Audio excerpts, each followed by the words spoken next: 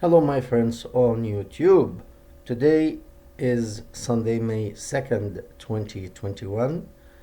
Uh, Today's video in connection to Ramadan and response to one comment from a Muslim lady. Uh, I decided to make this because kind of like they connect with one another. Uh, we are in the last 10 days of the month of Ramadan, and the month of Ramadan is a month when Muslim people observe fasting. Uh, I don't mind. Many religions and many people do prayer and fasting, and that's okay with me. However, uh, when it comes to Ramadan, there is so many things to speak about, but let's read the Quranic verse that it speaks of that subject. I'm going to put that in the description box. So,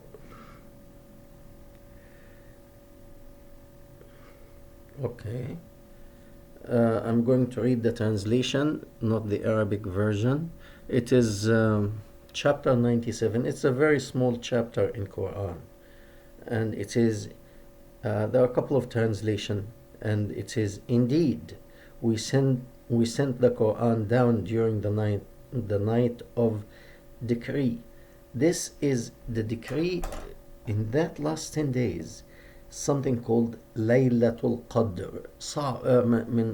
This is very difficult to translate that word, Qadr. Laylatu means the night or the evening of. Laylat means night of, but Al-Qadr. I'm going to describe the word because even here, the way the official translation is writing it is not really correct 100%. They are trying as much as possible, but some words really are you have to go in the culture to know how it feels. Okay, I give you an example. In 1988, during the Olympics in Seoul, Korea, they had that very famous song that it was translated to other languages, but there's a melody in the song. It goes like that: arirang arirang arirang arira. And I was in Korea in the year 1988 and asked many college students. I had work to do in Korea at that time, and I asked many college students. I asked them, what does that word arirang means, because it's used in other languages as is, and they kind of stand and stare, and many of them, they say, I don't know, but they know what they are saying. They're not stupid. It is just a sound to express feeling in a certain time. So unless you are familiar with that occasion and the time of expressing that sound, arirang, you wouldn't be able to translate it. And the same here, al-qadr, it means probably, I'm saying probably because it's not really an accurate translation. It feels like the night of, or the evening of, manifestation of power and glory. Power, authority, and glory of God. Okay? That's probably the closest I can come up with. Okay, now, the chapter starts, "Indeed, we send the Quran down during the night of decree, Al-Qadr." Okay, and what can make you know, it's very bad English, I'm sorry, and what can make you know What is the night of decree? Uh, it doesn't give the feeling, but I guess also for him, this is the closest translation. Is like trying to say how magnificent this night is. And I'm going to use my own translation because this number 4, it says the angels will be coming down filled with the Spirit with the permission of God.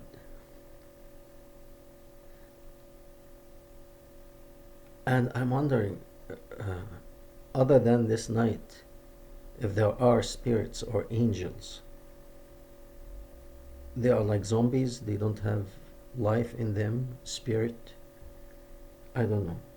And then at the end it says, the last part, Salamun hiya, peace, it will be there until the dawn or the time of dawn.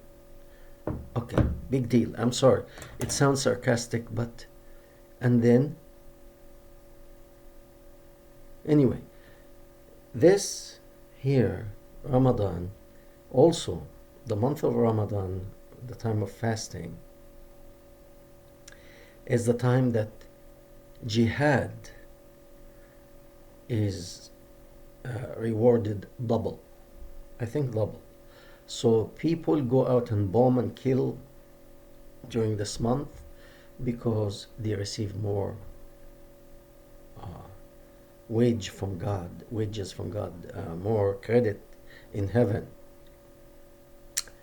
And in that particular night, and this particular night, Muslims have they have variation. Some believe that this night happens in the last 10 days of Ramadan or on the night of the 27th. Some say it's on the night of the 27th. Some say it's any night from the 20th until the 30th. And I don't know, because sometimes Ramadan is 29 days and you don't know if it's going to be 29 or 30 days until the very end. So when they start to observe that night, I'm not sure. That's for them to answer. Now, that night is, it says, I guess, I'm sorry, I skipped that part. I don't remember reading it. The whatever good deed you do on that night, it's equal to 1,000 months. So if you do a good deed that you're supposed to receive like 2 credit for it, you helped a poor man, or you, whatever you did, and you are supposed to receive 2 credits in heaven for this good deed, you multiply this by 1,000 month good deed. So each month is 30 days average. 30 days, 2 credit. 30 days, that's 60. Multiply that by 1,000. That's 60,000 credit instead of 2. You see the difference? That means you can do a couple of good things in Ramadan on that night. Couple of good things. And the rest of the year you can actually go kill, steal, do all what you want, and you have enough credit to cover you. It's a joke, I'm sorry, but I am saying that because I'm coming to that comment that this young lady, or the lady, her name is Tippie Bear, said. It just incredibly... Anyway, we'll see what she said, okay? Let's go and see what Tippie Bear said. All right. Let's read. She is explaining using one of the early followers of Muhammad explanation of that verse that I used in the Quran, 3 verse 3, chapter 3 verse 110, that people, a Muslim should bring people uh, with shackles in their neck. So she is justifying that. Okay, she goes, Abu Hurairah. Abu Hurairah was one of Muhammad's follower. He became a Muslim just about 2 years before the death of Muhammad. And unfortunately, she doesn't seem to know who that Abu Hurairah is. Because if you take a step back and ask who this Abu Hurairah, Abu Hurairah is, he was a beggar, literally a beggar in Arabia, in Medina, who was begging for his daily food. Somebody give him whatever meal or some piece of fruit or whatever, and that's his life. Then he became a Muslim. And at this time, the invasions of towns and cities have developed, and there was a lot of money. So he became a Muslim, and he received something from the goodies, from the booties. 2 years later, Muhammad died. Okay? Now, when you study the seerah or the life of Muhammad and all what happened, two people after Muhammad died spoke a lot about the life of Muhammad. That was one of his wives, Aisha, the young bride, the 9 years old, whom he married her at 6, consummated the marriage at 9. She lived with him for 10 years. And that, if somebody says she gave a lot of hadith, she narrated a lot of hadith about Muhammad's life. Yes, well, she lived with him for 10 years. She had certain authority. She had certain authority to speak of that 10 years about Muhammad's life. She was with him at home.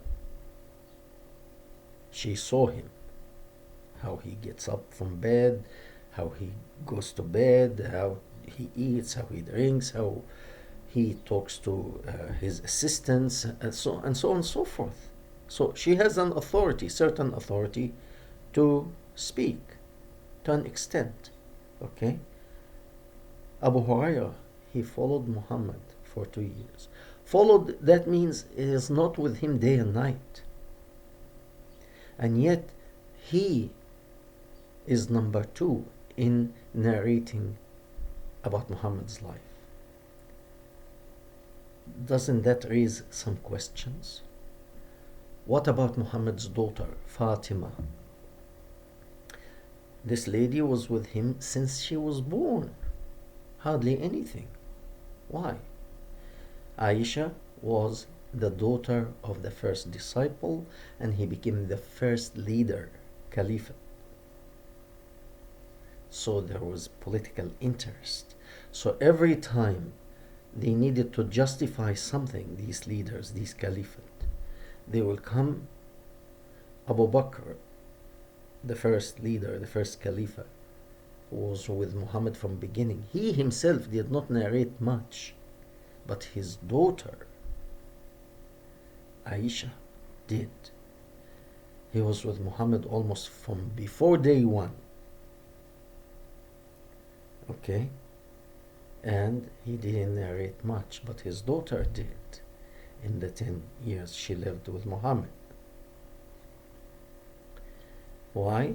To justify what he is saying. It has more authority when his daughter speaks.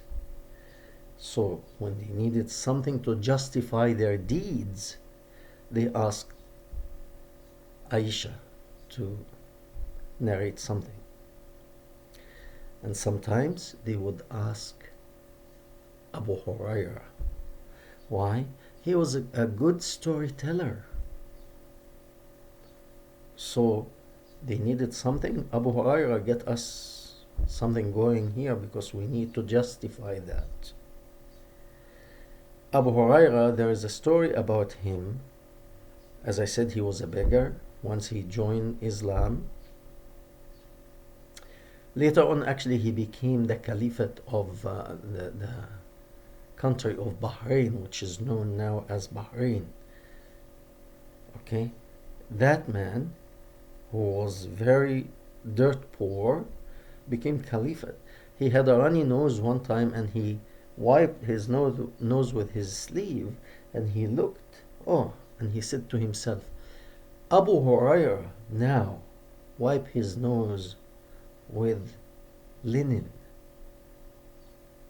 He hardly had any clothes on before, and now with fine linen he wipes his nose.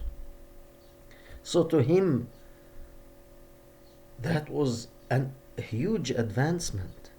So when they needed something from him, if he doesn't obey, they can bring him back to his position as a beggar. So he had to polish apple to these people. Unfortunately, Tippie Bear does not realize that. Let's continue. Okay, Abu Hurairah, may Allah be pleased with him. That's typical Islamic. All these Muhammad's follower, Allah is pleased with them. Said in interpretation of the ayah of the ayah reported. This is what Abu Hurairah said: "You are the best of people, raised for the benefit of mankind." Okay, you are the best of people. The Muslim, you are the best of people. Based on what are you making this claim? Based on what, Abu Hurairah? Excuse me.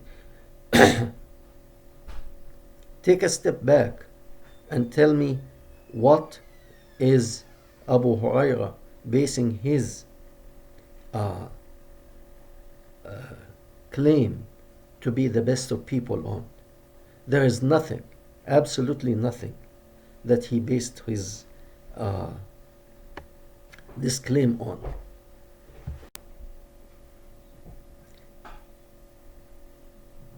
You are the best of mankind. Okay. What is the accomplishment of the Muslim to make such claim? Why are they the best of mankind? What did they offer to mankind? The Americans, the Japanese, the German, the Russian, many people have offered a lot to mankind. Even the Chinese. I don't mean the Chinese Communist Party, but the Chinese culture offered a lot to mankind. What is it that Muslims have offered to mankind other than invasion and taking the people by the chains? What do you mean? Please, take a step back and examine what you are saying. I mean, I can say I'm the best of mankind. I can say whatever I want. But what do I back it up with? Best of mankind based on what? Just because I say so?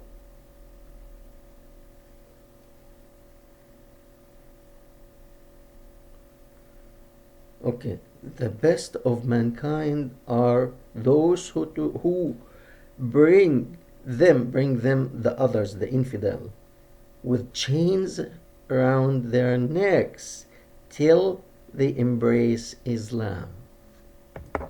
So I'm going to chain you around your neck, drag you until you accept Islam.